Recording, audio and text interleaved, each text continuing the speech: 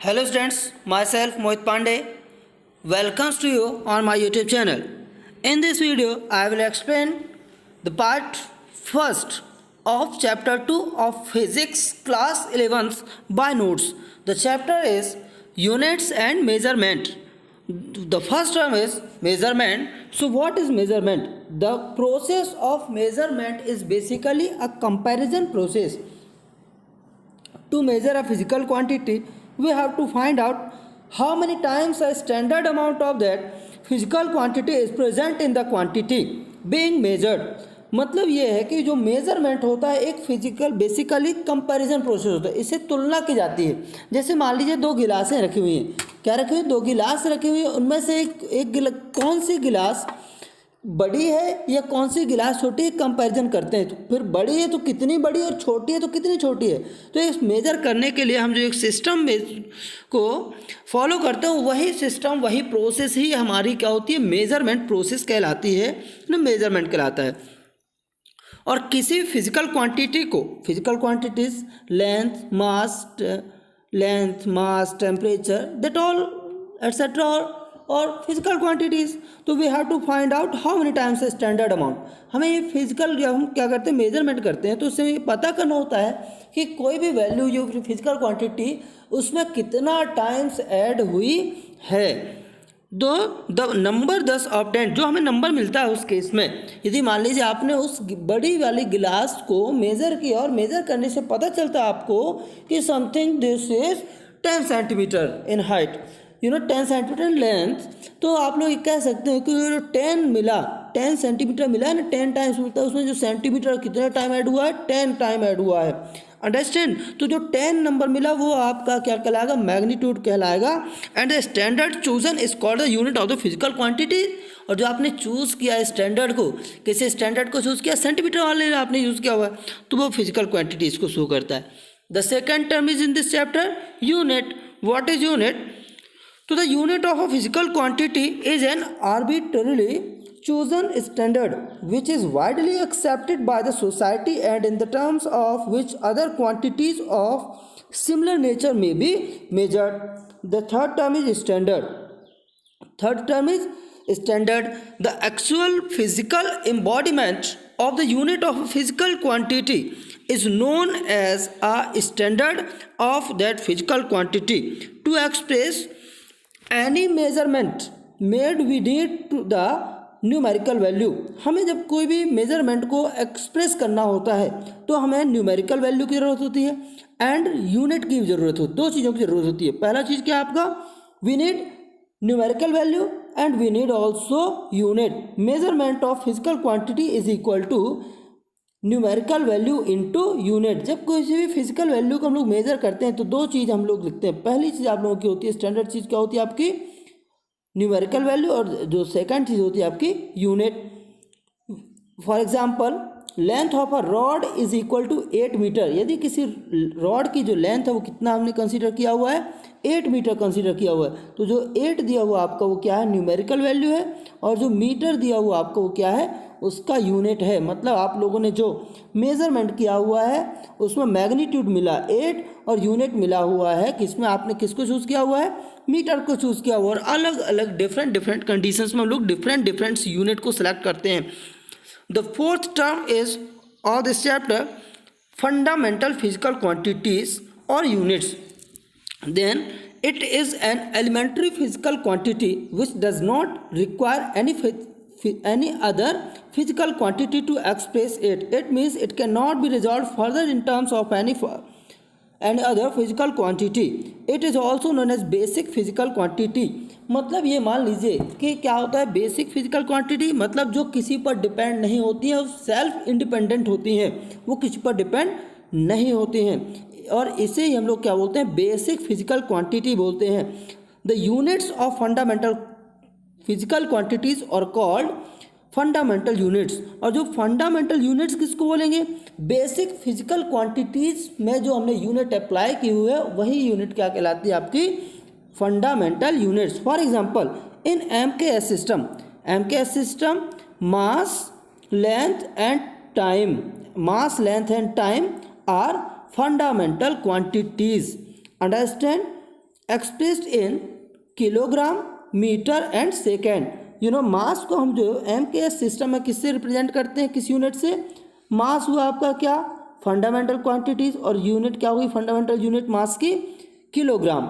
Metre क्या हो गया आपका, मीटर हो गया आपका फंडामेंटल क्वांटिटीज, फंडामेंटल यूनिट। और सेकेंड जो हुआ आपका, तो ये हो गया आपका मीटर हुआ लेंथ का, जो लेंथ को मेजर करते हैं, लेंथ क्या हुई, फंडामेंटल क्वांटिटी। मास क्या हुआ, फंडामेंटल क्वांटिटी। और जो टाइम हुआ, मतलब time, mass, length and time, they all are fundamental quantities. And metre, kilogram and second all are fundamental units.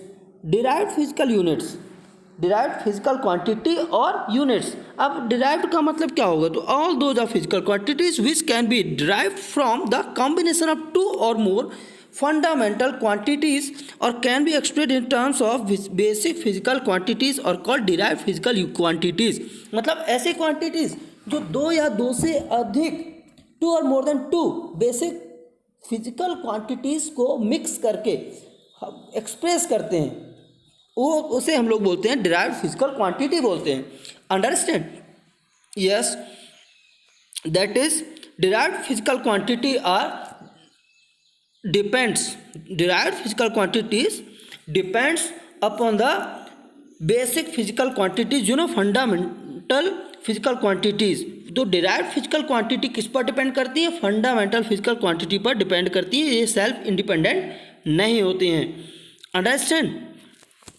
And the units of all other physical quantities, जो units होती हैं किसका units, ये derived physical unit quantity का units, वो कहलाता है आपका क्या, डिराइव्ड फिजिकल यूनिट्स उसको बोलेंगे हम लोग, which are be obtained from fundamental units और called derived units. For example unit of velocity, velocity v is equal to क्या होता है, v इज इक्वल टू आपका हो जाएगा क्या, velocity is equal to displacement by time. तो यहाँ पर डिस्प्लेसमेंट एक टाइप की क्या लेंथ है, जो कि क्या हुई आपकी वो फंडामेंटल क्वांटिटी, वो किसी पर डिपेंड करती। टाइम क्या है आपका, फंडामेंटल क्वांटिटी, ये टाइम किसी पर डिपेंड नहीं करता है। लेकिन जो वेलोसिटी है, वेलोसिटी किस को मेजर करने के लिए हमें टू फंडामेंटल क्वांटिटीज़ की ज़रूरत पड़ती है। पहले तो आपको डिस्प्लेसमेंट पता होनी चाहिए और सेकंड आपको टाइम पता होना चाहिए। तो इसलिए जो वेलोसिटी जो v हुई आपकी, वो क्या कहलाएगी, डिराइव्ड क्वांटिटी कहलाएगी, क्योंकि ये दो चीज़ों का डिराइव्ड फॉर्म है, डिस्प्लेसमेंट एंड टाइम का। ये जो वेलोसिटी है वो किस किस पर, डिस्प्लेस एंड टाइम पर डिपेंड होती है, डिपेंड कर रही है। अंडरस्टैंड? और जो वेलोसिटी का यूनिट क्या होता है, वेलोसिटी का यूनिट है मीटर पर सेकेंड। तो जो मीटर पर सेकेंड है, मीटर पर सेकेंड क्या हुआ, डिराइव्ड यूनिट हो गई। किसकी यूनिट है, मान लीजिए we measure velocity of a car is 8 metre per second, 8 metre per second किसी कार का वेलोसिटी है। तो इसका मतलब ये वेलोसिटी जो 8 हमको मैग्नीट्यूड मिला हुआ, मीटर पर सेकेंड मिला हुआ है। तो अंडरस्टैंड? तो ये जो वेलोसिटी है, वेलोसिटी का डिराइव्ड यूनिट, और यहाँ पर मीटर पर सेकेंड क्या होगी, derived unit. Understand? System of units. Earlier 3 different units systems were used in different countries. पहले क्या होता था कि अलग अलग कंट्रियों में अलग अलग सिस्टम मेजर करने का जो है यूज़ फॉलो किया जाता था। दीज वर, और वो कौन कौन से होते थे पहले, these were CGS, what is CGS, FPS and MKS systems। Nowadays internationally SI system of unit is followed। in SI unit 7 quantities are taken as the base quantities। the first is CGS system। CGS system centimetre, gram and second, centimetre, gram and second are used to express the length, mass and time respectively. Understand? मतलब CGS system में length को measure करने के लिए centimetre का use करते थे, और से मास के लिए ग्राम का, और टाइम के लिए सेकंड का। And the next is FPS system में क्या होता है, फुट मेजर करते हैं हम लोग। फुट जो लेंथ मेजर की जाती थी फुट में, और से मास मेजर किया हुआ पाउंड में, और टाइम को मेजर करते थे सेकेंड में। अंडरस्टैंड? MKS सिस्टम में length is expressed in metre. mass is expressed in kilogram, and time is expressed in second. Mass, MKS, meter, kilogram and second. FPS, foot, pound, second, and CGS, centimeter, grams, second. The next term is SI units. Now length, mass, time, electric current. What? Length, mass, time, electric current, thermodynamic temperature, amount of substance, luminous intensity are expressed in meter, kilogram, second, ampere, kelvin, mole and candela respectively. Understand. तो ये जो आप लोगों को दिख रहा है इस कंडीशंस पे, वो क्या दिख रहा है आप लोगों को कि लेंथ, मास, टाइम, इलेक्ट्रिक करंट, ये जो 7 क्वांटिटीज आप लोगों को दिख रही है. Length first, mass second, time third, electric current 4, temperature 5th, amount of substance 6 and luminous intensity 7 are expressed in metre. Length is expressed in metre, mass is expressed in kilogram, time is expressed in second, electric current is expressed in ampere, temperature is expressed in Kelvin, and amount of substance is expressed in mole, and luminous intensity is expressed in candela. Understand? Base quantities and units. Length measured in meter, symbol M. All are the, you can see the tables and write in your notebook. Understand? Yes. Electric current, unit is ampere, symbol is capital A.